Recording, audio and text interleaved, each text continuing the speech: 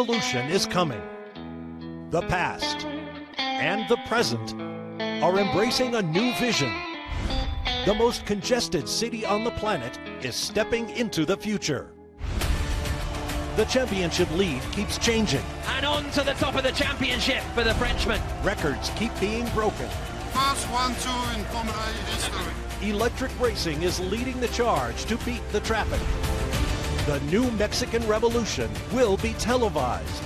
The revolution is live.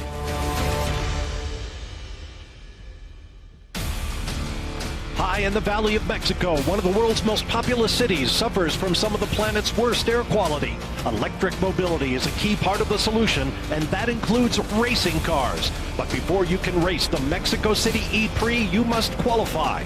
Welcome to Group and Super Bowl qualifying for Race 5 of the ABB FIA Formula E Championship. Hello everyone, I'm Bob Varsha. There's a look at just a few of the charms of this ancient city.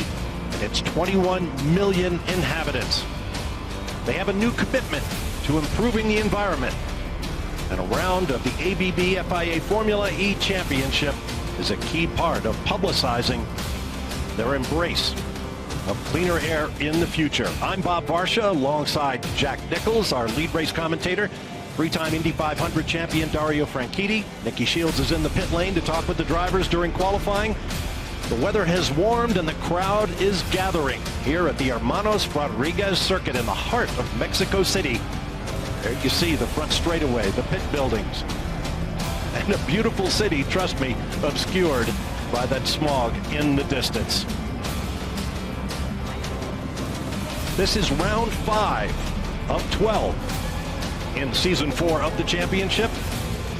Right now we're focusing on Mexico City and the battle for the Julius Baer pole position and the 3 precious championship points that go with it. We've seen tremendous action beginning in Asia, in the city of Hong Kong, moving to Africa and Marrakesh, South America and Santiago de Chile. Here's a look at the rest of the calendar. Punta del Este, Uruguay is next, and then the European swing through Rome, Paris, Berlin, and Zurich, and wrapping up the season with a doubleheader at a spectacular site in New York City. It's been a wild season. Teams used to dominating the championships have found themselves tumbling down the order and their drivers with them, while those who came behind previously have surged to the front to become title contenders. 3 different leaders of the championship in the last 3 rounds. Here's Nicky Shields with the details of the season thus far. Brit Sandbird's season got off to the best possible start, despite several hiccups along the way. Up the inside, great move from Sandbird. Fox now into the pit goes Bird, and he's missed his way in. Sandbird, the race leader, given a drive-through penalty. He's still in the lead. Sandbird wins in Hong Kong. Well, mate, excellent. But since Hong Kong race 1 put him at the top of the table, a 3rd place in Marrakesh has been the best result so far for the DS Virgin driver, and he's now slipped to P3. For Mahindra, Felix Rosenqvist took himself out of contention in Hong Kong race 1. Rivalry, there's Rosenqvist spinning. But bounced back with a superb drive in race 2. So good one, mate, well done. And only the 2nd ever clean sweep of pole, fastest lap and race win in Formula E history, with the win inherited after Daniel Abt was disqualified. But that was no fluke, as then the young Swede carved up the streets of Marrakesh. Rosenqvist now takes the lead of the championship. Yeah, well done guys, mega job. For a 2nd race win and took the championship lead. Past success is no guarantee, as the previous Formula E champions have found out for themselves. Buemi hits Degrassi, they keep rubbing each other. Ok, Rosenqvist 1% de soc de plus que nous. And Rosenqvist leads! Je me suis fait passer comme un débutant, désolé. Not many of those 2nd places in his collection. Here's Buemi, he's done it! Buemi's through, past Piquet! C'est bien, c'est bon, on continue. 3rd place man, Sebastian Buemi. Sebastian Buemi and the Renault team have ground to make up. For Jaguar, Nelson Piquet Jr. came out of the blocks on a mission. There's Nelson Piquet round the outside of Turvey. He's going to run out of room there. Try to keep your energies on check. Now, he's going to be under pressure from that dark green Jaguar of Nelson Piquet, who tries to go around the outside and does it. Try and keep him behind if you can. We see the German attack. Piquet's through! Oh, Nelson. But alternating good and bad races are keeping him in check. Reigning champ Lucas Degrassi is having a nightmare season, with contact and technical issues destroying his title defence. And here comes... Oh, Degrassi's got a problem! Lucas Degrassi is slowing! My rear chain is impaired. Degrassi! Stop. Oh, he's had another problem, has he? No power, no power. With 0 points on the board so far, the Brazilian will need a miracle to take consecutive championships. Meanwhile, rising through all of this is Jean-Eric Vergne, who started round 1 on pole and has proven his driving skills every round since, despite the best efforts of others. Oh, no! The two cheaters hit each other! You want us to count 1-2 or you want us to crush? Jean-Eric Vergne wins! First 1-2 in Formula E history. Vergne has kept himself in the top 3 since day 1, upwardly mobile to take the championship lead. Rosenqvist has overcome his bad start to flirt with the championship lead, now in a strong second place. Bird hasn't been able to maintain his blazing start, but his downward progress still keeps him in 3rd overall. Buemi is looking most likely to improve, currently in P4, while Nelson Piquet Jr. is having a very up and down season. It's Lucas Degrassi, however, who's flatlining, still yet to score a single point and languishing at the bottom of the championship table. Could this be the day Lucas Degrassi finally scores his first point of the season? Well, the signs are looking good thus far. He has been the quickest car on track in each of the 2 morning practices. But he has been quick before, only to suffer technical issues during the course of the race. That's the story to be told. We come to you with round 5 of the championship later today. Right now it's about qualifying, and down there in the DS Virgin Garage, the crew has fallen on the wrecked car of Alex Lynn. A massive crash in the second practice. Let's join Nikki with team boss Alex Ty. Now, Alex, behind you can see the team working furiously hard. A fantastic team that you have here at DS Virgin. What's the progress? What's the news that you can tell us? So the good news is that the chassis looks like it didn't suffer too much damage at all. So we won't need to, there is no repair required. We had that checked by the FIA because they're obviously interested that the structural integrity means that all the safety inherent in the chassis is provided for the driver, as we are. So it's not as big a job as it could have been. Our next concern is just checking the gearbox, and not that we haven't had enough issues with gearboxes. There could be some damage to the gearbox, and if you have to replace that, then we will suffer another 10-place grid penalty. So actually it'll be a little bit difficult to start worse than 20th. So what they do is they add insult to injury by giving us a 5-second penalty whilst we're in the pit stop if we have to do that. So we are concerned that we don't have to change a gearbox, and we'll find that out in the next half an hour or so. Okay, well, we'll be keeping our fingers crossed, and good luck to the team for getting that car ready. Thanks, Alex. Thank you. Well, of course, Alex Lynn will have a second car available to qualify with, but we'll see if they can get that car together for the race. As you look at Lucas Degrassi, who announced earlier today that he and wife Bianca are expecting before this season is over. And I'm sure right now all the reigning series champion is thinking about is qualifying. There you see the stats.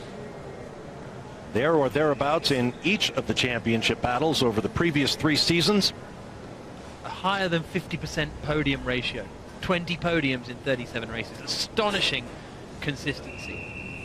One thing he has not done terribly well, though, must be said, is picking up bonus points for the Julius Baer pole and the Visa Fast Lap.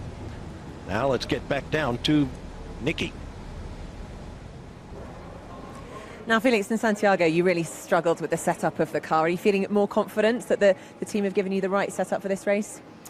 Yeah, especially compared to last year. I mean, I think honestly in Santiago it was more of a mistake in qualifying with the setup rather than the whole season or the race. So I think we've been good all the year. Yeah, especially compared to last year, I was struggling quite a lot here, especially in qualifying. But now in the practice it felt really good on one lap, and the race pace feels really good as well. So I feel a lot better, and this was probably the track I was a bit worried about. And yeah, so far it's been a clean day.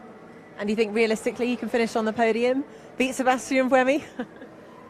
Yeah, for sure. I mean, that's what we have to do. If you want to win the championship, you have to finish top 4, top 3 every race, I think. So yeah, that's the target. All right, good luck. Thanks very much. Thanks, Nikki. Now, if you're not familiar with ABB Formula E qualifying, here's how it works. The drivers are divided into 4 groups of 5, and in a rule change this year, those 5 groups are made up of drivers in the positions of championship standings. In other words, the top 5 drivers in the championship are in one group, the next 5 the next, and so on. And a lottery is used to determine when each group goes out. Group 1 contains the lowest 5 drivers in the championship, as it turned out today. Group 2, the highest 5. There you see the lineup for groups 3 and 4 that will follow. After group qualifying, the quickest 5 drivers, no matter which group they came from, will move on to Super Pole. One hot lap for a shot at pole position. Simple. Now, the track is the only permanent circuit we see all year long. It is fast but tricky. With more, here's 3-time Indy 500 champion Dario Franchitti. Welcome to ABB Formula E Round 5 from Mexico City. We're racing in the beautiful Parkland circuit named after the Rodriguez brothers. Let's go take a lap. The entry to turn 1 and a somewhat unusual problem for Formula E, track limits. The FIA didn't police it last year, so we saw everybody approaching this corner right up against the grass at the turning point. Now, speaking of turning points, this is the height the driver would sit at. As you can see, you can't see the exit of the corner. You've got to commit to the braking point, releasing the brakes, turning in, carrying all that speed, with the corner being completely blind from apex onwards. It requires a tremendous amount of commitment from the driver. The braking zone of turn 1 is not the biggest passing place in Formula E, but what we will see is the driver getting really close to this wall, getting up on that curb. What you're trying to do with turn 1 is position yourself to get onto the inside of the car in front of you through the long sweeping turn 2. All about getting in the right spot for braking in turn 3 and making that overtaking opportunity. All that jostling for position in turn 2 is about getting to the inside in turn 3, one of the big overtaking opportunities of the lap. An unbelievably tight corner, but quite wide on entry. It's an incredibly busy part of the track for the drivers because the car is turning and braking at the same time, which they don't like to do. And did I mention that the entry to turn 3 is completely blind? On the first lap last year, the predominant sound here was the crunch of carbon fibre. It is possible to run through turn 3 side by side, but you really need to be single file for this tight turn 4. The exit is very important though through the kink of turn 5 because it's a reasonably long straight down to the stadium section starting at turn 6. Turn 6, a fairly normal 90-degree right-hander, but it's so important to carry speed through here. What a brilliant place to watch a race. The 6-corner sequence of the stadium section. 2 of which are off camber, 1 corner flows into the next, Overtaking isn't easy though, and that leads to frustration, as we saw last year. Nico Prost tips Nick Heidfeld into a spin. Heidfeld comes round and collects his teammate Felix Rosenqvist. Turns 10 and 11 lead the drivers out of the stadium. Turn 12 is so important to carry momentum through here. Not a big overtaking spot, but critical for lap time. As you come through turn 13, the entry to 14 is blind, a quick flick left, and you've got to accelerate well out of here because turn 17 leads on to the long start-finish straight at the end of the lap. It is a fascinating place, and the track surface, since this is a permanent circuit and not the streets of major cities that we race on through most of the year, is billiard table smooth, and that has an effect of its own. There you see qualifying Group 1, Lucas de Grassi, the reigning series champion, trying to score his first point of the year. He'll be out there with Mauro Engels, Jerome D'Ambrosio, Tom Blomqvist, and Luca Filippi. 5 drivers from 5 different teams.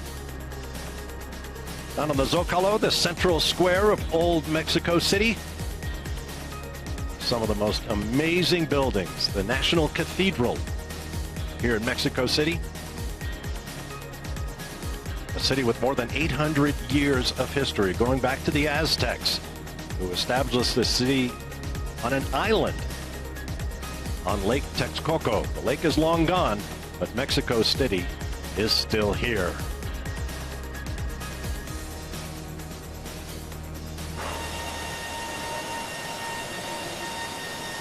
And the sightseeing tour is over. Group 1 is ready to hit the track. There's Tom Blomqvist for MS and AD Andretti. What do you anticipate, Dario? Well, Lucas de Grassi, as you said, Bob, quickest in the first 2 sessions, the free practice sessions, but qualifying has not been his strong suit. And he's in the first group, so he's up against it a bit. The pace is clearly in the Audi, so can he get it done? That's the big question, because he's really got to start scoring points now.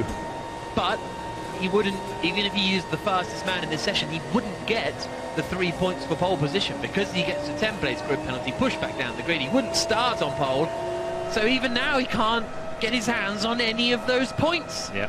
There's Luca Filippi, who needs to get his hands on something.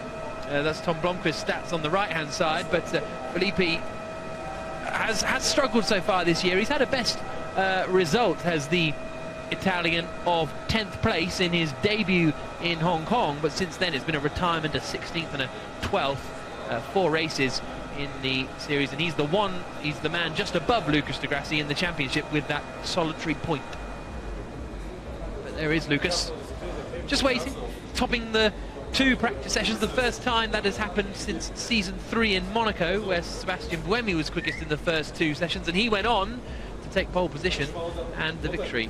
Now we should point out, even though the cars are all sitting in their garages, the clock is running. Upper left of your screen, less than 4.5 minutes remaining in the session. This is a point where all the drivers are waiting because they want to be the last one out, because if they're the last one out, the other guys have cleaned the track up a bit and gives them a small advantage. But then you start getting into the problem of traffic, guys holding up, or having an accident going off and completely ruining your lap, which we have seen pretty much every Formula E round so far. It's an odd little track, this, because as we look at Mauro Engel getting ready to go, the track doesn't improve that much from practice 1 to practice 2. In fact, it was slightly slower by a 10th of a second, so you don't get much track improvement. But yet last year, Group 1 was a horrible group to go out into, and everybody really, really struggled. So I'll be very curious to see what happens in Group 1. What's your point, Jack? Yeah, well, no, the point is, what? You know what I mean? Yeah, exactly. And it is so close between all the drivers, all the teams now. And you've got to nail that lap. And it's so easy to step over the limits. And once you've stepped over the limits, it's very difficult to bring the car back. Very difficult to not lose a chunk of time. As we see Luca Filippi heading out, I believe. The Neo cars, is it Tom? The Neo cars and the Andretti cars, they're almost identical from a distance. It is. It makes me furious. Yeah, thanks for doing that, guys. Appreciate that. But anyway, we've got 3 minutes to go in this session. And it's all about, you get your out lap, then you do a warm-up lap, and then you do a full power flying lap as de Grassi makes his way onto the circuit. So you've got 5 minutes, actually 6 minutes today to do this qualifying. All you've got to do is do 1 lap, and 4 cars leave the pit lane on top of each other. And then they complain about the traffic. And then they'll complain about the traffic. Exactly right. So you've got your out lap, warm-up lap, and then the qualifying 200 kilowatt qualifying lap. You've got to build the tyre temperature, the brake temperatures, get everything in its operating window, which is quite a narrow window, and then go at it and don't make a mistake and drive it on the limit. Sounds simple from here. Fans filling up the Foro Sol baseball stadium. It's just gone noon in Mexico. And it'll be Blomqvist, the first man across the line. Then it'll be Luca Filippi by the looks of it. Then de Grassi. Then D'Ambrosio in that red Dragon. And then behind them is Mauro Engel in the Venturi. So they're coming around now to complete their out lap, and then they'll go for their sort of warm-up lap, as it were, before turning it up to full power. I'm Lucas. I don't want to be that close to Luca Filippi, because with the greatest respect, he was a second slower than him this morning in free practice 2. So you're going to have to get that gap set already and hope that Luca or anybody else doesn't bring out a yellow flag to ruin your lap. So 1 minute 30 to go.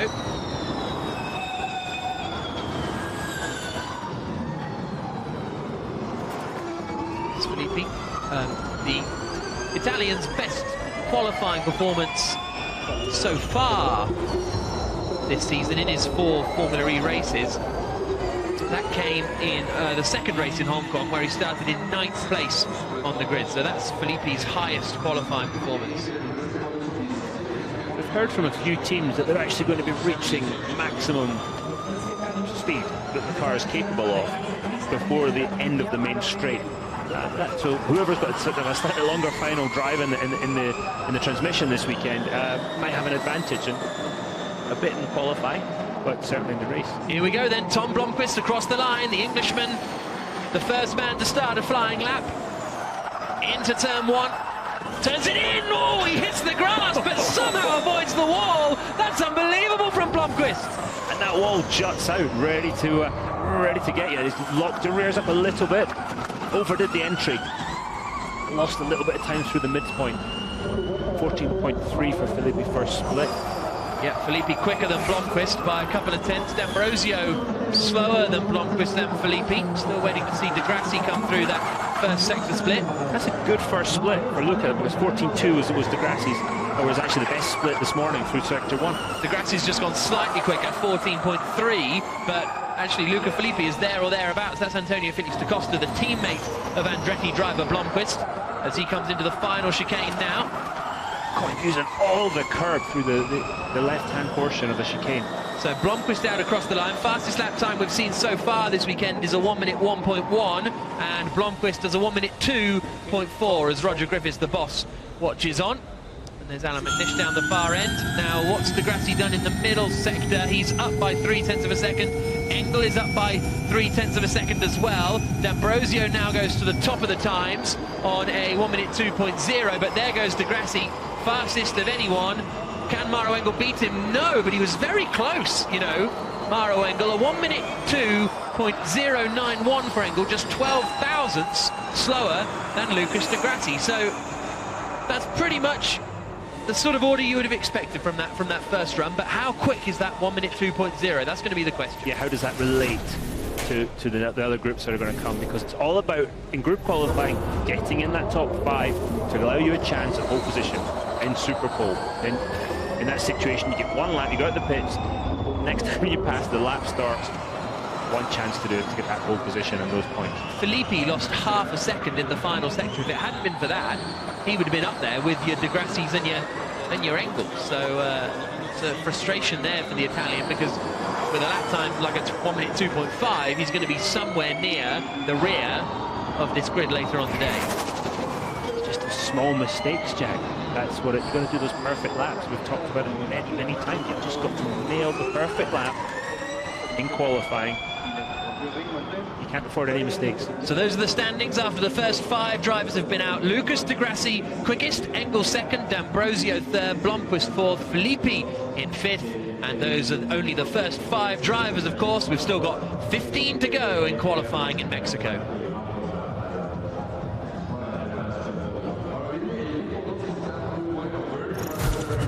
I don't know how Blomqvist kept this out of the wall. Skills.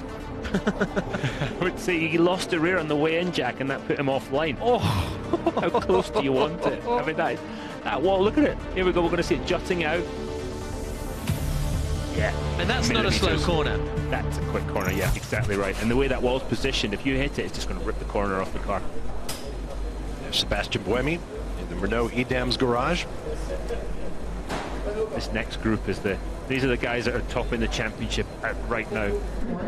Sam Bird, Nelson Piquet Jr., Sebastian Buemi, Felix Rosenqvist, and points leader Jean-Eric Verne. Jeff was P18 this morning. Not a great free practice 2 for him, but this is the bit that pays the money and the points. Team hoping that they had a very successful test in Marrakesh, which is probably the closest sort of similar track to this circuit, so they're fairly confident, but you never know in Formula E. The next 6-minute session is about to get underway. Before Jean-Eric Verne heads out, let's go down to Mark Preston, who is talking to Nicky Shields. He's the boss of the Digita team. So Mark, how does it feel coming to this race with Jean-Eric Verne leading the driver championship standings? It's pretty exciting, isn't it? Especially after the 1-2 of the last race and having Andre up there as well, you know, in qualifying. Same groups, actually, 2 and 4, so let's hope it comes out the same as in Santiago. That's what I'm hoping anyway. But yeah, really exciting, and yeah, lots of pressure now. Huge amount of pressure. I mean, there were huge celebrations, obviously, after the 1-2 for the drivers. But what were the words spoken afterwards? Is Andre going to give Chev a little bit of space, or are they going to be as competitive as ever? They've had a few weeks to talk about it with each other. Obviously, we couldn't talk to them, so we couldn't let them know what was going on. So I don't think it would have been quite the same if we could have said, Jev, you know, you've got an extra lap of energy, you can go a bit faster. But certainly, I think it'll be interesting, and we'll let them race a bit, and they'll be sensible, and we'll see what happens. You'll let them race, will you? Are you sure? Yeah, I'm sure. Excellent. Well, that's great for us and the viewers. Thanks very much. Good luck.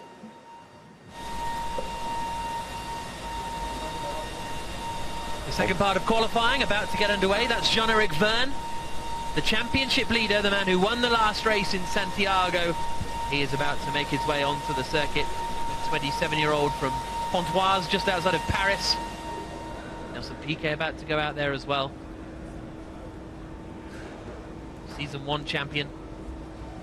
Only one pole position in his Formula E career. That must have come in Season 1 at some point, mustn't it? The Brazilian for the Jaguar team. Jaguar yet to take a pole position in Formula E history. Yes, no, it was Hong Kong Season 2, of course, wasn't it, for XTV? That's when, Season 3, my apologies, that's when he took his only pole position. Aboard with Felix Rosenqvist. Interestingly, he is the only driver in this group of the top 5 men in the championship who was in the top 8 in the second practice this morning of time. There's a statistic for you, yeah. Bob. No, it's a good point, though. It just shows how spread out it is. It's gone out very early compared to everyone else. Spread out it is, should I say? Yeah. But again, he's looking for a clear track, Jack. What he's got to watch, though, is that everybody else doesn't file out now and get in front of him, but a lap behind in the process. So they're warming the tyres up as he's trying to actually do his lap. But it looks like he's made it out ahead of everybody else. But this is just his warm-up lap, and he may get the same situation when he comes around again. Yeah, not enough time. I would say not enough time, Jack. You hear him braking, just trying to build that temperature into the brakes, because the brakes are really tricky in these cars. If you don't bring them in exactly the right way, they tend to glaze over. And once they've glazed, they don't recover. And it's a really a moving target for the drivers and the teams as well. Out goes Jean-Eric Verne, captain qualifying. He really is, isn't he? Yeah. Piquet getting to head out as well. It's just incredibly, well, I remember Jean-Eric Verne's first ever race in Formula E. He turned up and stuck it on pole position, and he has more pole positions than he had, Punta del Este in Season 1, and he has more pole positions than he actually has race victories. 2 race victories, 6 pole positions in his 35 start career in Formula E. And I think a lot of that was the technique and his energy consumption. Him personally, he couldn't make the numbers of his teammates, but he's really worked hard, and he's got it sorted as Rosenqvist starts his lap. Tidy through turn 1. Got to stay on the inside in turn 2, because as we saw this morning, incredibly dusty. Oh, traffic there. Getting traffic. Well, they bailed out the way. That's good work. Only 9 thousandths down on Degrassi in sector 1. I was proved wrong. Apologies, Jack. You were right. Well, second time has happened. It happens. Look at him using all the road in turn 6 as he comes into 7. His teammate was really oversteering through here this morning. The back of the car sliding, but Felix manages to keep it under control. 14.3 first sector, 28.3 second. 3/10 up on Lucas Degrassi, so we're seeing the track starting to improve. Some of the dust gets cleared away. Very neat on entry, but so he's able to get the car straight and get to the throttle early, coming through that turn 16 into 17. So the second place man in the championship goes quickest of anyone, and that is 4/10 quicker than Lucas Degrassi. At the moment, P1. That's rapid. You improved sector 2 and 3 compared to group 1. Sector 1 is same. So that's Rosenqvist being told his second and third sectors were good compared to group 1. Sam Bird is on his warm-up lap. Jean-Eric Verne is on his warm-up lap as well, so Verne's going to be the next man to come across the line and start his flying lap. And remember, this is all about being in the top 5. Once all 20 drivers have been, then you get to go into Super Pole and battle it out to start at the front of the grid. The problem being, you don't know what is required to get in the top 5. You don't want to push it too far, because, again, it's a knife edge. The limit of these tyres, these cars, is an absolute knife edge that the drivers are dealing with every time they touch the brake pedal, the throttle pedal, or the steering wheel. Here comes Jean-Eric Verne then, out of the final corner, across the line, to start his qualifying run at 200 kilowatts, full power in these all-electric single-seaters, down into turn 1 in Mexico City. Very early to throttle. Did you hear the motor singing there as he got to the throttle way before X? He's very wide though, Jack. That's flirting with disaster. He's down on Rosenqvist in sector 1. Wrestling it through that chicane. Nice through there, but he might have had to lift in turn 5 just to avoid the wall. Cheetah car looks very well balanced, the front and the rear of the car working together. Sam Bird down in sector 1 as well by a tenth and a half, so slower than Verne. See what Verne has in the middle sector. It's the fastest middle sector of anyone. He's still down on Rosenquist's time though, but he's picking up the speed, is the Frenchman. Checker flag is out. Not quite as nice through that last chicane. You saw Andre Lostra just having a look. Verne goes second quickest. Lost a lot of time in the final sector, 0.3 of a second away. Buemi, meanwhile, has just set the fastest first sector of anyone. Here comes Sam Bird. Reasonable middle sector. He's fractions away. If he's hooked up this final sector, he has a chance of beating Verne and slotting into second place, but he doesn't. He goes third, slightly slower than Jean-Eric Verne. Here's Buemi, though. Buemi is up on Rosenquist after the first 2 sectors. The first 2/3 of the lap.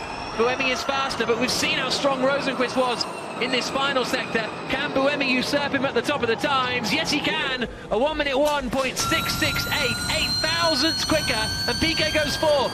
So De Grassi is pushed out of Superpole. He definitely won't be going into that final group. And it's Buemi quickest, Rosenquist second, Verne third, Piquet fourth, Bird in 5th. And now De Grassi knows that it's 16th at best right now for him on the grid later. Looks like he's working on a case of lockjaw there. Oh, he's just got to think the world's against him right now, hasn't he? I mean, quickest in both practices, he draws Group 1. And, yeah. Well, I guess there's a reason those 5 guys are the top 5 in the championship. They go 1, 2, 3, 4, 5 in this session. Let's see if the track evolves and continues to evolve. And we get that same great point. Progress. We've got some dark horses to come in that final group. You've got your Daniel Apps, your Nick Heidfeldt, your Andre Lotteres, Lopez, Turvey, who qualified pole last year. So here are the results thus far, halfway through group qualifying. As I mentioned, the top 5 men in the championship in Group 2 go 1, 2, 3, 4, 5 in the session. But remember, it's not about being fastest in group qualifying. It's about getting to Superpole.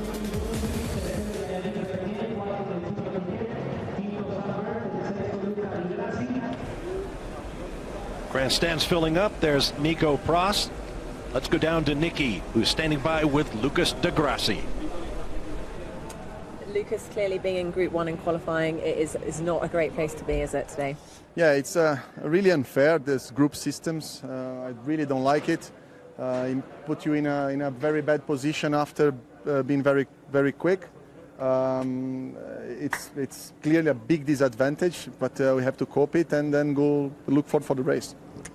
You've done it before. Can you do it again? Oh, no, we're going to try really hard. I can promise you that. Thanks very much. Let's have a quick word with Mauro. Mauro, obviously, again, a bit of a disappointment, a bit of a disappointing start, and I'm sure you want to put Santiago behind you as well.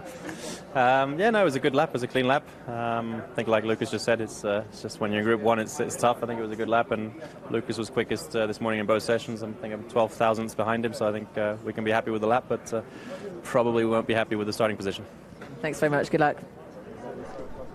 Thank you, Nicky. You heard Nicky Shields ask Lucas de Grassi if he could do what he has done before. By that she means last year's race when he went from 15th to the race victory. Here are the remaining groups. The next group up will be Jose Maria Lopez, Nico Prost, Oliver Turvey, last year's pole sitter, Antonio Felix da Costa, and Alex Lynn, whose team continues to work on his car in the DS Virgin garage. Then Eduardo Mortaro, Andre Lotterer, Mitch Evans, Nick Heidfeldt, and Daniel Abt to wrap things up before we go to Superpole. Going back to Lucas de Grassi's race from last year, not only did he start 15th and win, he lost his rear wing on the first lap. The team changed the rear wing, and he came back and won the race after a very early pit stop as well. So an incredible job that they did, and he's going to have to do that again today because it doesn't look like he's going to be qualifying anywhere near the front, including his penalty and added on to that as well. It must be said he was helped by a safety car, but it takes team strategy and driver execution to make it all work.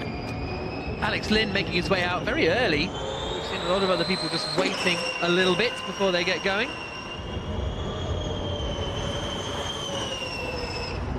The third part of group qualifying is just getting underway. Alex Lynn, the first man out there, he's going out with Antonio Felix da Costa, Oliver Turvey, Nico Prost and Jose Maria Lopez. Those are the 5 drivers who are going to compete to try and get into the top 5 Super Pole session and the battle later on. This is a different car for Alex Lynn, of course. This isn't the one he crashed earlier on. Everyone's got 2 cars. Now let's hear from Jerome D'Ambrosio.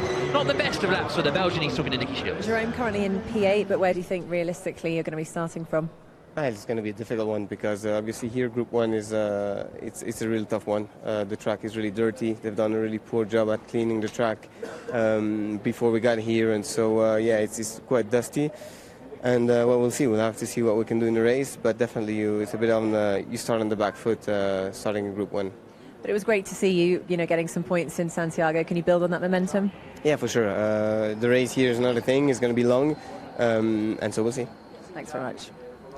Jerome D'Ambrosio, winner in Season 2 here in Mexico City, and played a key role in last year's victory for Lucas de Grassi by bottling up faster cars behind him that were trying to catch de Grassi. He definitely likes this track. If anybody needed a performance, he's one of the guys that really could do with sort of pulling out a result today, because Jose Maria Lopez has shown up in the Dragon team for round 2 onwards. Really showed some great pace in that car, and Jerome, he's got all the ability to do it.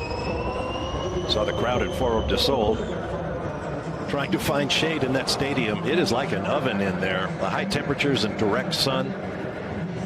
There you see folks seeking out the shady bits. Look at that crowd already. Yeah. So Alex Lynn go through the stadium. Showed up at New York last year, first race, pole position.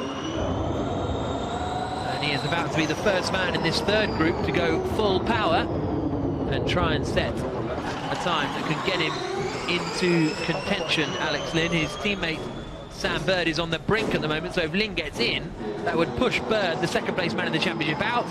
But of course, he and Sam Bird, both of the DS Virgin cars, have a 10-place grid penalty for changing their gearboxes right up towards the wall on the exit. A best qualifying so far this season of 5th in the second race in Hong Kong. He's catching oversteer all the way through 2 before he even gets the braking zone for 3. Terrific stuff from Alex Lynn.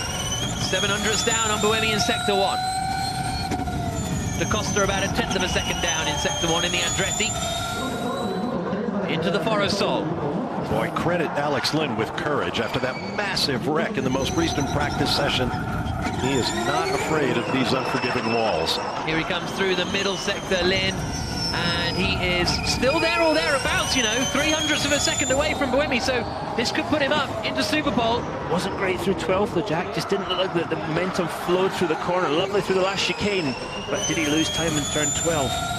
Here comes Lynn across the line. Where's this going to put the Englishman? It is third quickest, so he moves up into the top 5 Superpole. His teammate Sam Bird gets pushed out. Da Costa, meanwhile, has done a very good middle sector. Is Da Costa going to get himself into the fight here across the line? Third in the Andretti. Wonderful lap from the Portuguese. Oliver Turvey now coming into the final couple of corners. He was on pole position here last year. He's less than a 10th of a second away from Sebastian Buemi after the first 2/3 of the lap. Can Turvey get himself up into the top 5? He can in 4th, and that pushes Jean-Eric Verne, the championship leader, out of Superpole.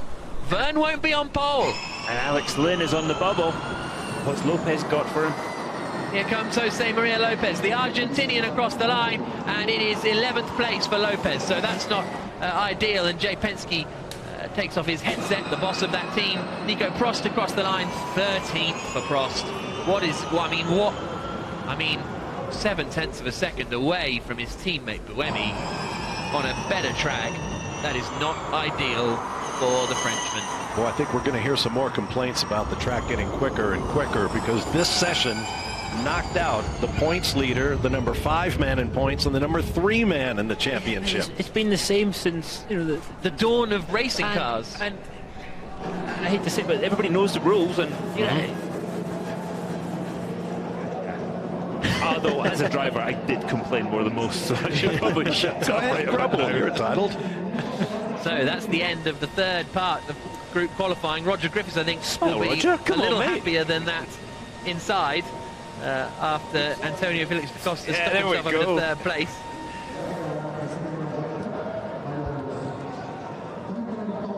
Now let's hear from Felix Rosenqvist, currently P2 with Nicky.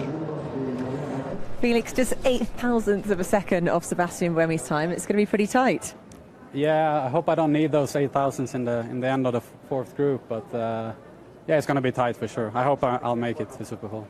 Okay, good luck. And we'll have a quick word with Sam, actually, standing here looking on. Not in Super Pole. I mean, you've had such a brilliant record for Super Pole. Talk us through what happened in the lap. Yeah, there was actually a problem with the car. We had the same problem in shakedown, basically the front right suspension. There's something not fixed properly or a little bit askew. So off-putting. The front right suspension was as if either a wild flat spot or the suspension wasn't connected to the car properly, is how it felt. So that put me off by a couple of tenths. So never mind. Well, good luck for the race. Thanks very much. And actually, Jean-Eric Vergne's here as well. We can have a quick word. Also not in Super Pole. Disappointing? Yeah, very disappointed, especially in FP1. I had a fantastic car. I would have been on pole with the time I did on 180 kilowatts. So something is going wrong on the car, and hopefully we're going to find out, what's wrong. And, what do you think a realistic finish is? After the quali, I don't know. I hope in top 10 at least, and then we see from there in the race. But winning today would be close to mission impossible. Thanks very much. Well, that tells you everything you need to know about how difficult it is to advance your position here at the Hermanos Rodriguez circuit in Mexico City. Grandstands continue to fill up. The race is still a couple of hours away. As we await the final group of 5. Here's a look at where we stand right now. Sebastian Buemi, Felix Rosenqvist, Antonio Felix da Costa, Oliver Turvey, and Alex Lynn. Here's a look at 6th through 10th, headed by the bitterly disappointed Jean-Eric Vergne.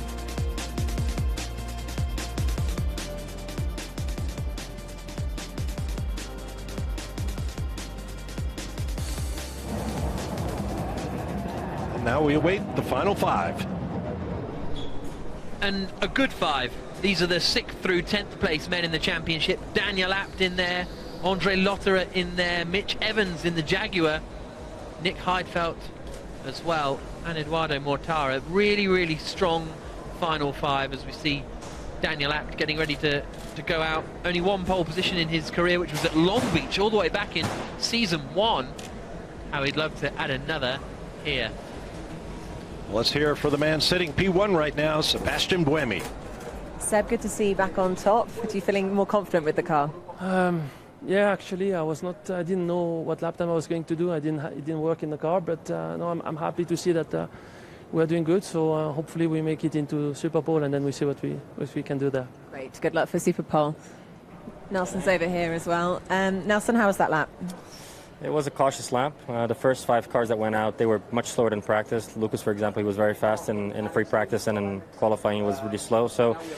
And we listened to the radio, some of the drivers saying that there was much less grip because the track was much harder. So I took it a bit cautiously, and I mean, the times were so close. I'm 2/3 off the leader, and we're 7th. So yeah, I played it a bit safe. Also practice, I didn't get any qualifying runs, so it was a bit of a tough day. But yeah, it's going to be important to do a good start again and climb up front. We need another one of those starts for sure. I mean, are you going to be playing it safe in the race or pushing it a bit harder? It just depends who the players are around me. Some guys are going to be taking risks, we know them, and some, are going to be taking a bit more cautious. So it just depends who's around you, depending on which part of the race. Thanks very much, Nelson. Good luck. Well, the top 5 right now, Buemi, Rosenqvist, da Costa, Turvey, and Lynn. The time to beat is Alex Lynn's 101.830. See if anybody from the next group can bump him and move in to Super Pole.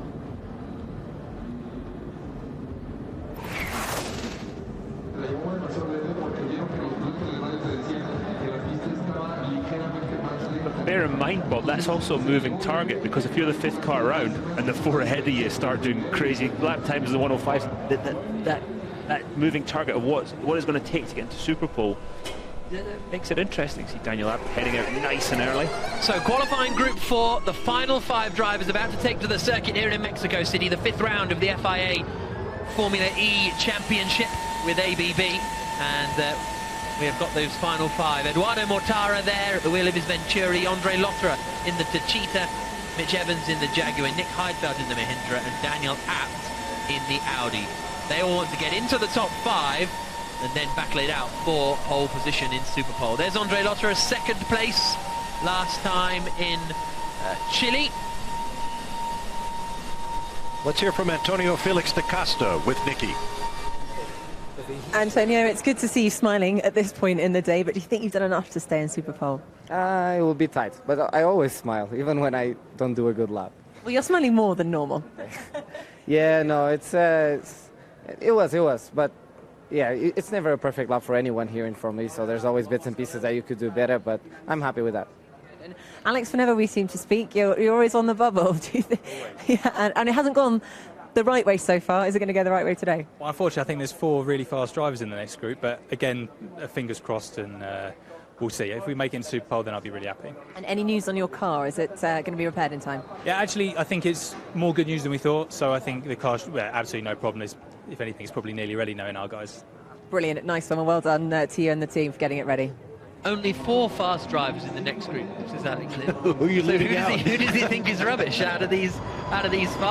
Well, it's interesting.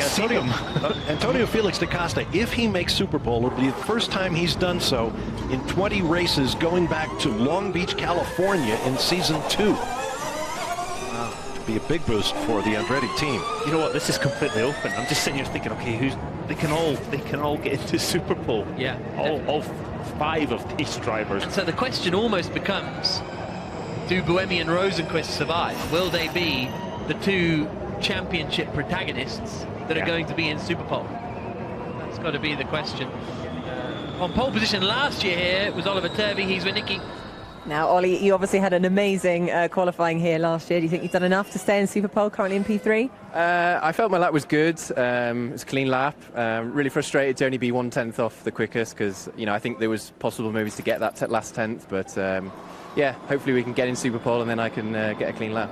Thanks very much. Yep, Turvey P4 at the moment, as we see Daniel Abt now on his full power run down into turn 1 in the Audi. His teammate Lucas Di Grassi is going to be starting right down at the back, and there he is on his own, cutting a lonely figure. Yeah, locked 2 tenths down.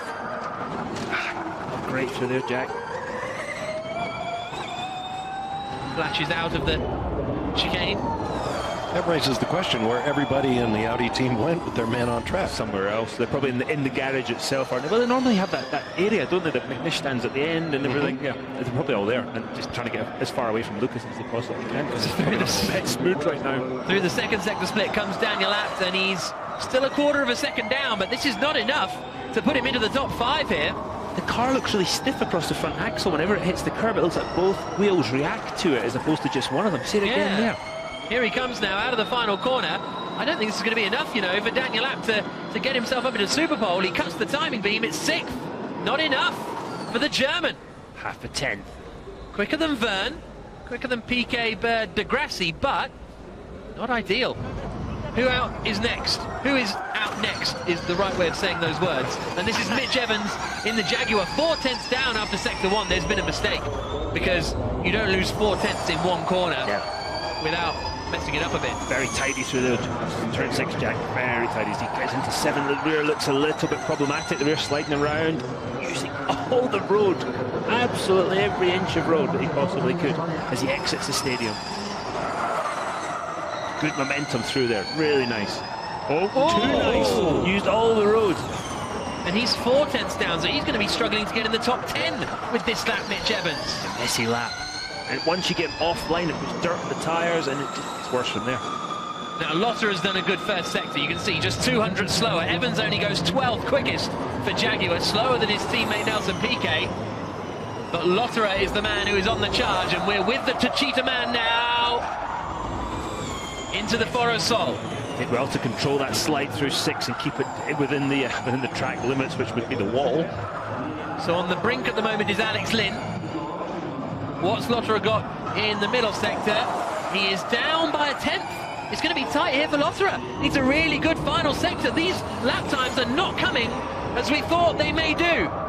Nick Heidfeld starts his flying lap. He's going to be the last man across the line. Clumsy, clunky. Not good through there again, Jack. You heard him lift at that second apex. You should be hard to the throttle through there, because that carries all the way to the finish line. 10th!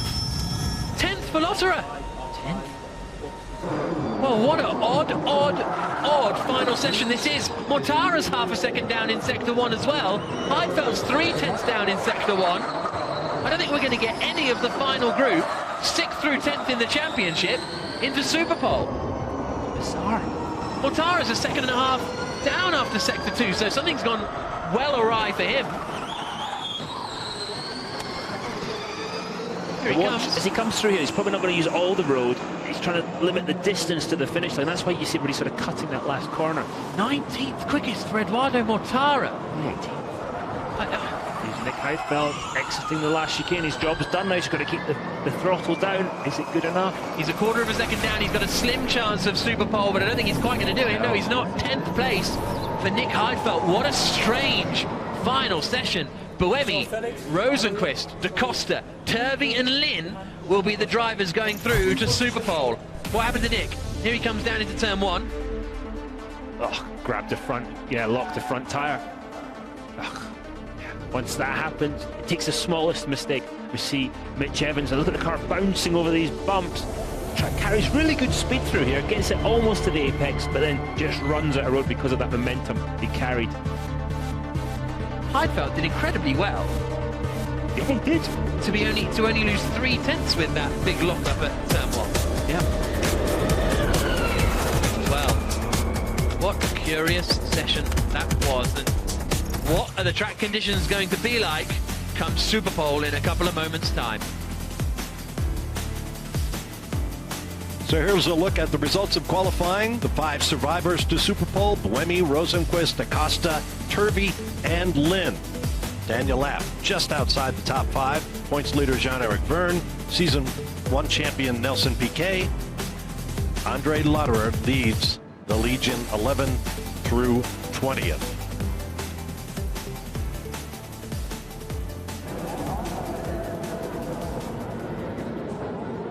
And so things have gone quiet in the pit lane while we await the start of Superpole. 1 hot lap for each of the 5 drivers, slowest to fastest. Let's go back to Nikki and hear from Nico Prost. Nico, starting down from P17, you've got your work cut out. Yeah, really bad. I don't know. It was not so good this morning in the free practice, but not too bad. But yeah, this afternoon very difficult. And Seb obviously did really well, so I should do better. But really don't understand why, because car felt good in the first part of the lap, but then very, very oversteery. But yeah, not a good quali, not what I expected. Good luck for the race. And Pachito, have a quick word. How was the lap for you? It was a good lap. I just somehow we couldn't find the grip I had this morning. We were feeling great till the qualifying. So yeah, I would not let me down. I mean, being far away, because I know we have a good car. Of course, we need to see what happened. I think we did something wrong with the tires or something like that. But we still have a good car, so long race ahead of us, and we'll see what happens. Thanks very much. See you later. You just wonder whether, and interesting that Lopez points it out, saying we did something wrong with the tyres maybe, is the end of free practice 2, 28 degrees was the track temperature. Now the track temperature is 35 degrees. And you just wonder whether in that final group, as it gets hotter and hotter and the sun gets hotter and hotter, there's a tipping point perhaps with the track temperatures that affected that last group. Yeah, potentially. Yeah, I think there's a sweet spot, and trust me, when it goes, when you're outside that window, it doesn't feel good. I mean, it really doesn't, and we could see that. They just, nothing you do flows, and there was definitely some examples of that in that last group. Really not good. So look down on the Allianz E-Village, featuring some manufacturer displays that for this event includes Porsche, who will join the series in the fall, so they're getting a jump on introducing themselves to the fans of ABB Formula E. Daniel Abt on the right, Mitch Evans on the left, forcing some smiles right now. 6th and 14th, respectively, for those two. So that means then Lucas Di Grassi will start. Will he start last? Yes, he will, because he's behind both of the DS cars, isn't he? So Di Grassi will start dead last on the grid. That search for points is possibly never ending. Well, based on last year's performance, he's got the rest of the field right where he wants them. But nobody's told them. Easy for me to make jokes. Time for Antonio Felix da Costa to get ready to go for pole.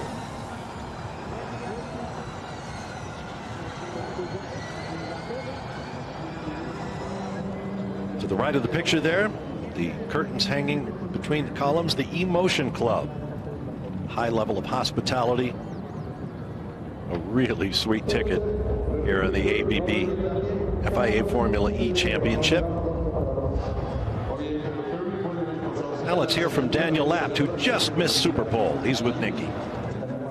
Daniel narrowly missing out on Super Pole, which is actually pretty good for being in Group 4. Yeah, I mean, I think today we see again that it's very group related. I mean, Group 1 is clearly the worst, but then I think the track gets hotter. My lap felt quite good. I mean, it's super tight. A few hundreds we would be in, but still I think we have a good car for the race, and I'm very optimistic.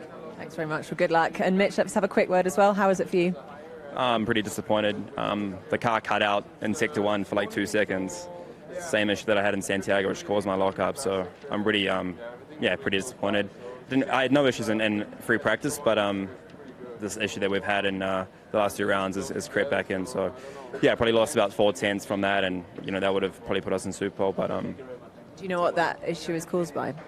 no, we thought it was an issue that we changed a component for last race to try and fix it, but it seems like we've got a bit of a glitch somewhere, so it needs to be fixed because it only happens in 200 kilowatt, but it's an issue that we need to fix. Well, you did a cracking job of climbing up the grid in Santiago, so good luck. Thank you. Very frustrated Mitch Evans. Oh, you can just hear it in his voice. And so you can imagine what Lucas de Grassi's been going through. 2 non-scoring finishes and 2 DNFs thus far this year. There's Antonio Felix da Costa in Super Pole for the first time since season 2. Let's take a ride. The man from the Andretti Formula E team, Dario. And this was a lap. Really consider he did a fantastic job to get the MSAB Andretti car up there. Really good. Walked all the way over to the grass, locking the rears just slightly. Look at that lovely red bit of the wall just coming out to meet you. Got to get as close as you can to the inside because it's very dusty on the outside. Braking, locking the rears. Nice shallow entry into turn 3. Hard back to the throttle, very close to the wall on the right. Watch how much speed he carries through turn 6. Early braking, but doesn't brake hard. Just use all the road, gets him back over through the stadium section. Turn 7, turn 8, turn 9. It gets very light and grip through right there as he accelerates out of the stadium. Look how bumpy it is over this part. And this is where Mitch Evans had his issue. Locks the rears and the entry.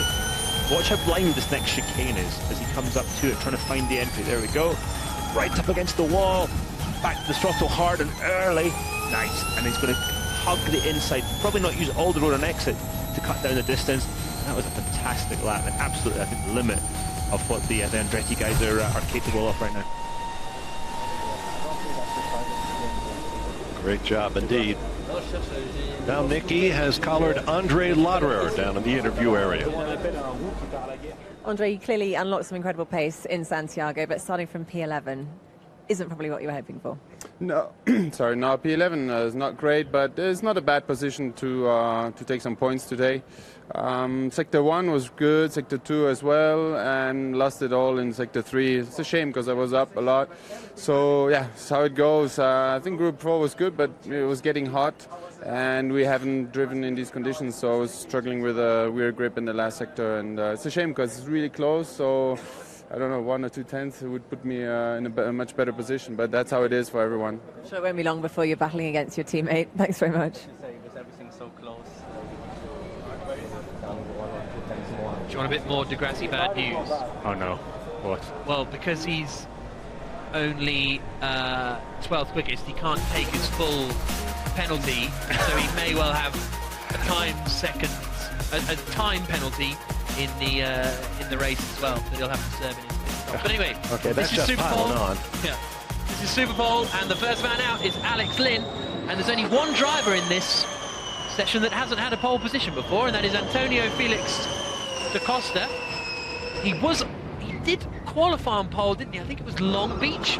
in season 2, but was disqualified, I think, from that session and for tyre pressures or something like that, if my I'll take your word for it. serves me correctly. I wasn't even there, and I remember. I was going to say my memory's not that good, Jack. There's only 2 of the drivers in Superpole who are actually in the top 10 of the championship right now.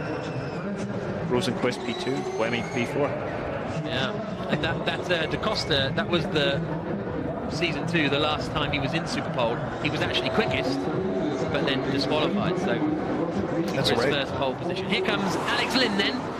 The difference from group qualifying to now is he doesn't get another warm-up lap. He's got to go straight to his qualifying lap. As he enters the chicane, turns 13, 14, 15, he will go straight to the 200 kilowatts. Sorry, 14, 15, 16. He goes straight to the 11 and start the lap. Here we go. Here we go then, Alex Lynn, looking for his second Formula E pole position. Stunningly took a pole on his debut in New York last year. Lovely through there. And remember, he's got a 10-spot grid penalty coming. But he nailed turn 1. Good through 2.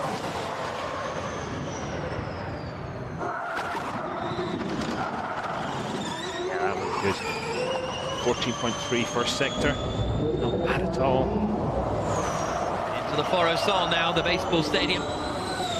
Good through 6. Little lock-up. Going into 7, Jack. This is off camber. Difficult corner. That looked good there, didn't it? Yeah, really neat and tidy. This is a point with the raised temperatures. The guys are starting to complain about the rear of the car starting to step out. But Alex, really good. It's all about how you get off this chicane.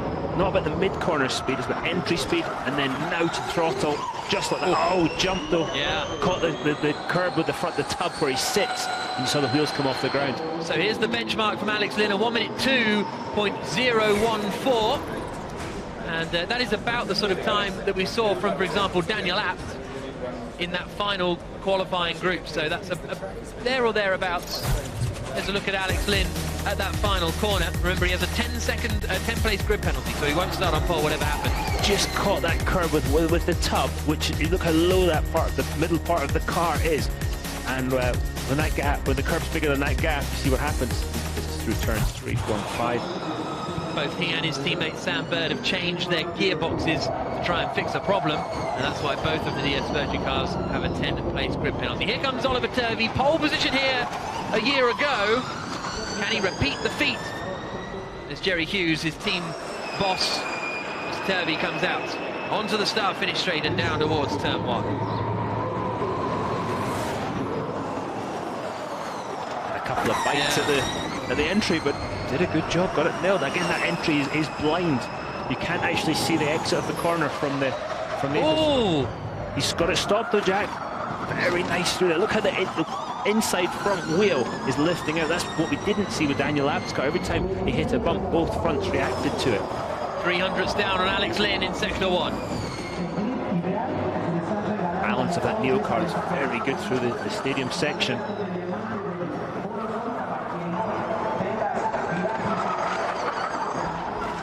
Here he comes now, through the middle sector, the back end swerving around a little bit, just over a 1/10 of a second away. So I don't think he's going to be quicker than Lynn here, but that sort of doesn't matter because he clouts the curbs, all of them. That didn't flow, did it, through that last bit? But because of Lynn's penalty, he's sort of irrelevant in all of this. Turvey across the line, and it is a 1:02.172 for Turvey and the Neo team. Here he was, he knocked up very early here. Listen, it starts like there. Yeah, it's really early, isn't it? As soon as he touched the brake. And bear in mind that inside right, the right front inside tire is unloaded though, so it's very prone to locking up because the car is leaned over to the left in that right-hand corner. What can Da Costa do? He's got nothing to lose here. The worst he's going to start is 4th because of Lynn's penalty. Right. 6th place in Hong Kong, his best result of the season so far for the Andretti team. There were concerns coming into this season that Andretti were a little bit behind the curve in terms of development.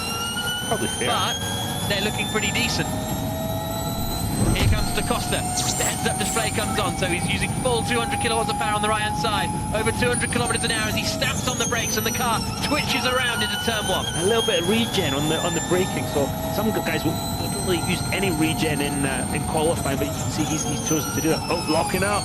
Shallow entry again, trying to float the car in, just playing with the brake pedal to keep the momentum up and keep the balance of the car right, keep the front and rear gripping at the same level as you want.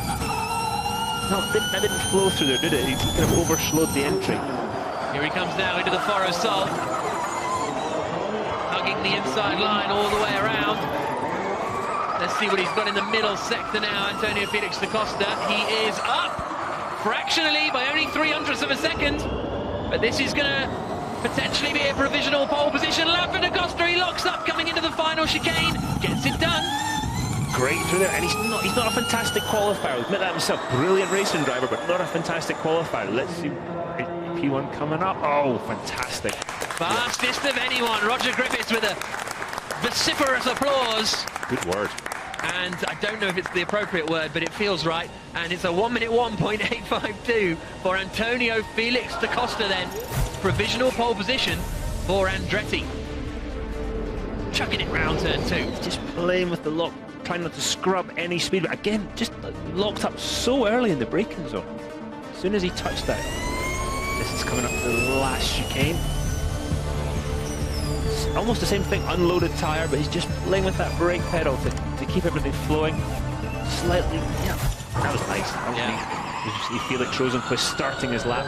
So this man is second in the championship at the moment. Dilbach Gill's heart is beating as Felix Rosenqvist comes down towards turn 1. Only 2 to go. Can they stop da Costa taking pole? Oh, that was fast. Let's see what he's got through turn 3 and 4 now. Rosenqvist, more lockups, but he's over a 10th up. Oh, it's not got it. Tell you what, he carried so much speed in the entry, though, it might not matter. He might be able to make that up.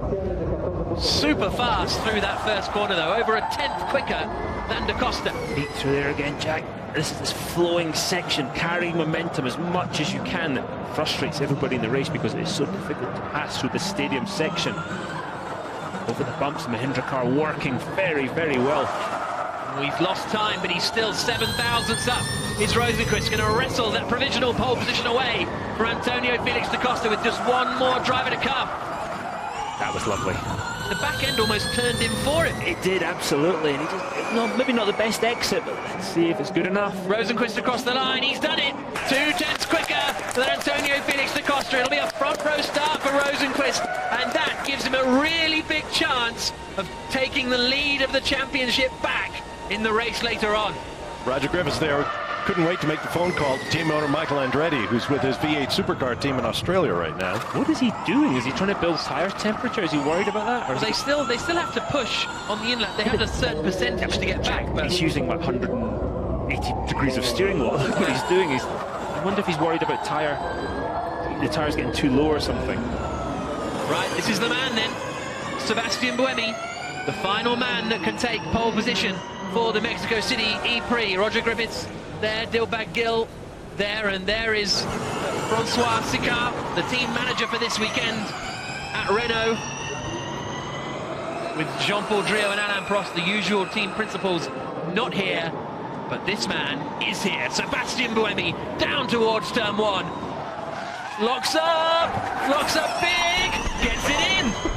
Just, I think he lost a little bit of time in the way into the entry. Just had to stay on the brakes a little longer than they would have liked. Very good there, Jack. But he is over 2 tenths of a second down, a quarter of a second down from that lockup at turn 1 for Buemi. He's got to know that, and he's now going to try and make up that time. So he's got to go, maybe push the limit more than he would have liked in these next corners.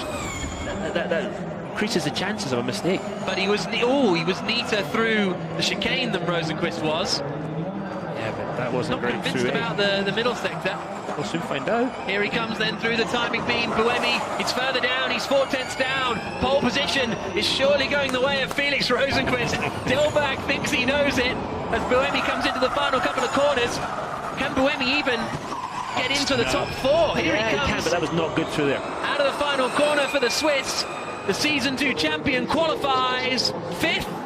Slowest of all. It's pole position for Felix Rosenqvist and the Mahindra team. And Rosenqvist now has a real chance of taking the championship lead back because his title rivals, Verne in 7th, Bird in 19th on the grid.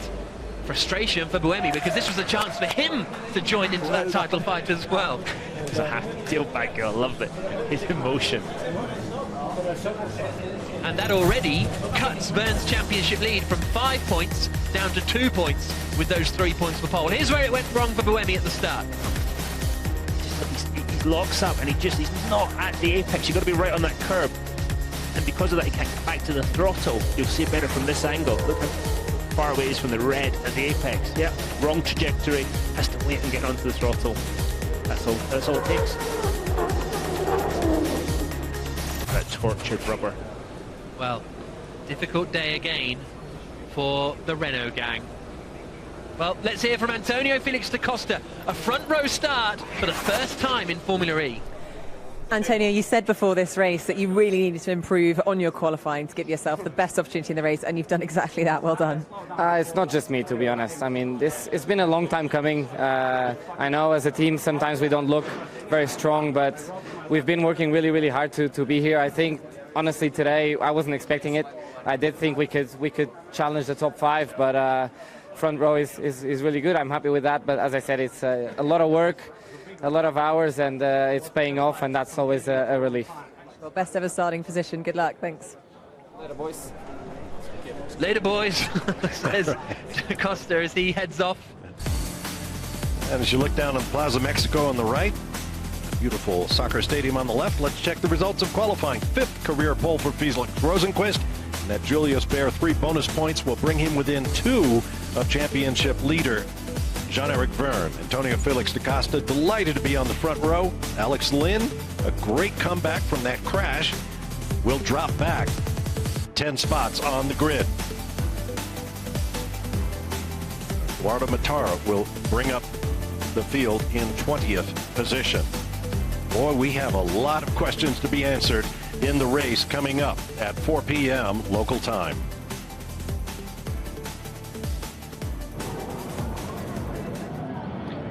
Now let's hear from our pole sitter.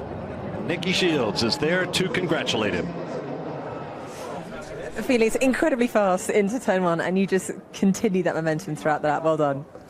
Yeah, I thought I lost it in the first chicane when I locked up a little bit and missed the apex, but I think I got away with it quite nicely. Then I just tried to do a tidy lap in the rest of the 2 sectors. Very easy to make a mistake here in these conditions. So, yeah, really, really happy with that. I mean, Jean-Eric Verne, he's going to be starting the race from P6. Obviously, you're just a couple of points behind him in the driver championship. Is this the time where you can take the lead?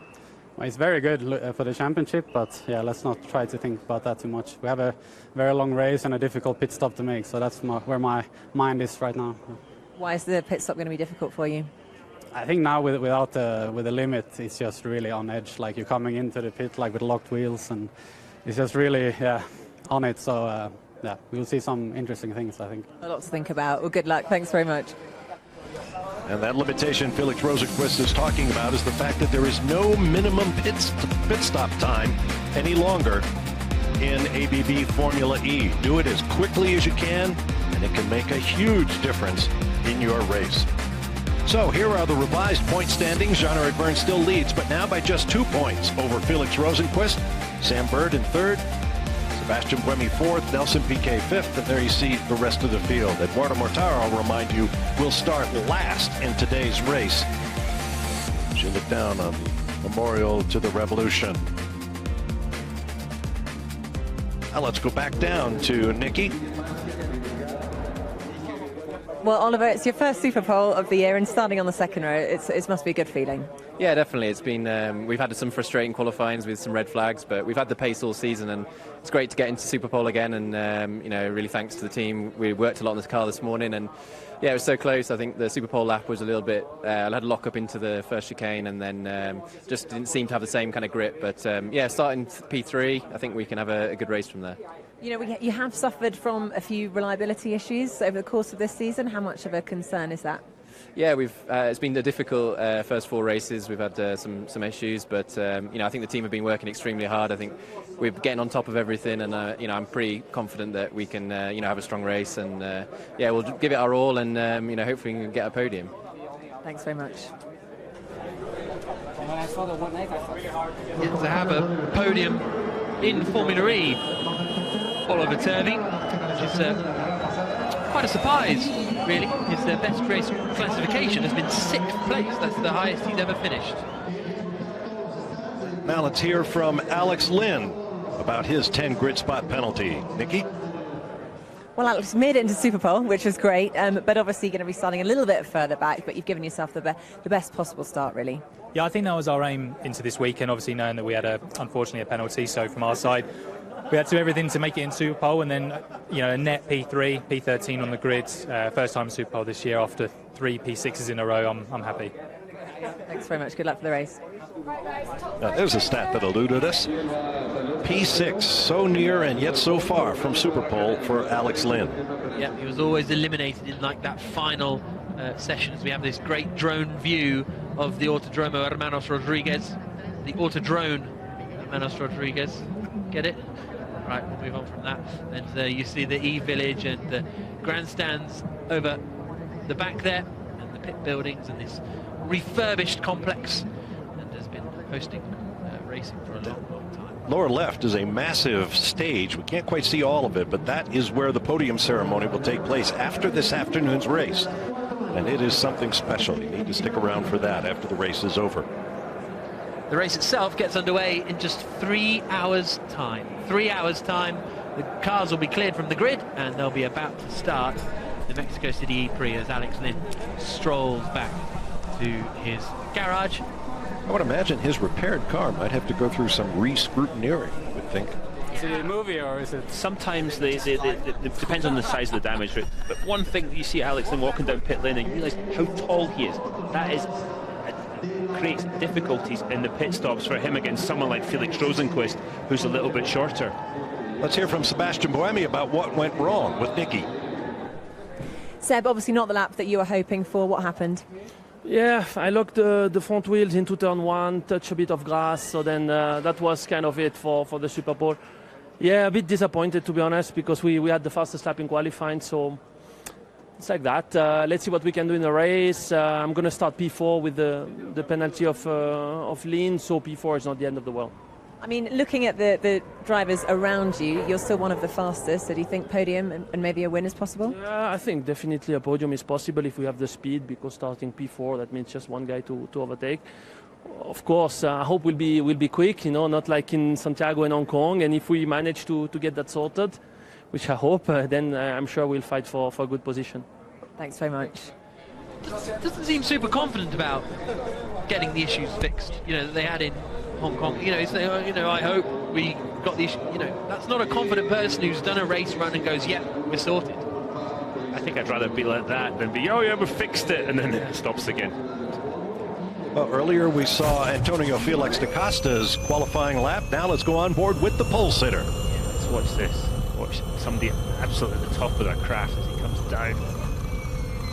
Very gently on the brakes, back to the throttle, way before the apex, which is important. Just minimum steering input here. This is where it goes wrong. Yeah, a little bit. Just locking up. Look how much he misses the curb on the right. He gets it back over to the left. Back to the throttle. He just had a small snap of oversteer just at the first application. Off the brakes already, running the speed and balancing the car front to rear. Barely touches the brakes, just floats the speed through. Up on the curb on the left. This is where it gets bumpy and you've got to get back to the throttles. It's quite a challenge, as we've seen from a couple of guys. Again, good momentum through that sector. See what he can manage as he brakes for this last chicane. There's 14, through 15, up on the curb and 60. And again, hard back to the throttle. He's not going to use all the road and exit, cut that distance down. Made it look easy. But that was fantastic job from Felix Rosenqvist and the Mahindra team. Putting it all together as the young Swede. And as he said, no, Nicky, I'm not going to think about the potential for impacting the points championship. I'm just going to go out and try it on the race. And Dario Franchitti, the 3-time Indy 500 champion next to me, was nodding the whole way through the answer. Now let's check the highlights of qualifying with Jack. Mexico City qualifying. Lucas de Grassi out in Group 1. It was always going to be a struggle for the Brazilian. Tom Blomqvist was out in the first Group 2 and almost clouded the wall Degrassi's lap was okay. He was the quickest of anyone in his group, but ultimately it would not be good enough, and he will be starting at the back of the field. Felix Rosenqvist was impressive in Group 2 to go quickest of anyone. Jean-Eric Vergne didn't manage to make it through to Superpole. He will start in 6th place on the grid, as Sebastian Buemi, also out in the second group, was very quick, but not quite as quick as Rosenqvist.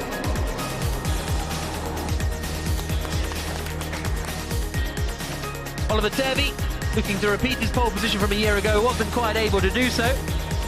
Roger Griffiths wanted to see Antonio Felix da Costa put in a good run. Daniel Abt just missed out on the Super Bowl session, whereas Nick Heidfeld had a big lock-up down into turn 1.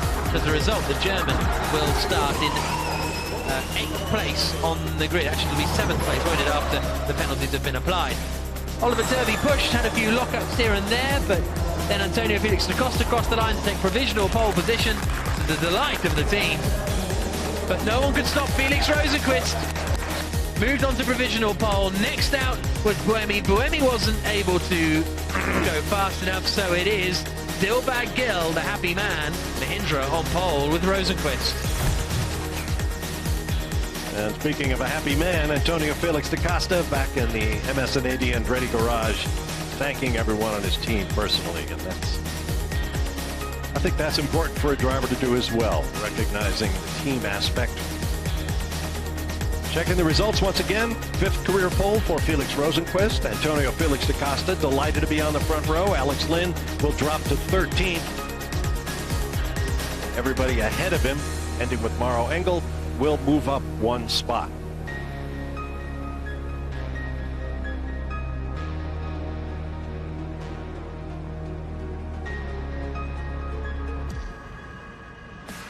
Well, I think we're really going to have the championship mixed up this afternoon. There's no doubt about that, with Vergne starting well down the order, Bird down the order as well. Fascinating. Fan boost voting is still open. If you want to know more about it, here's Nikki with the details. All 5 lights are on. Flat out, go flat out. He's on fan boost, take your line, he's on fan boost. Formula E is the only event in the world that let fans play an active role in influencing the outcome of the race. Pushes the fan boost. Fan Boost gives fans the opportunity to vote for their favourite driver and award them an extra boost of power during the race. Lucas, we have Fan Boost. Degrassi uses his Fan Boost. The 3 drivers with the most Fan Boost votes are awarded a significant burst of power, which they can deploy in a 5-second window during the second half of the race. You can vote to Fan Boost your favourite driver in the 6 days prior to and up to 6 minutes into each race. You can do this via the Formula E website and social media. And as the crowd busies itself awaiting the start of the race, here are the current standings in the Fan Boost voting.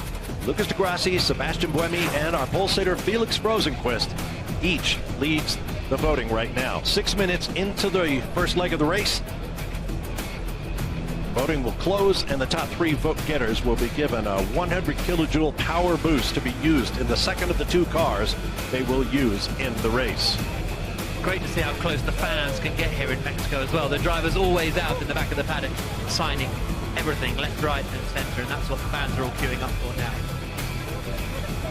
There at the bottom of your screen are the ways you can vote for your favorite driver. 2 different ways to vote each day.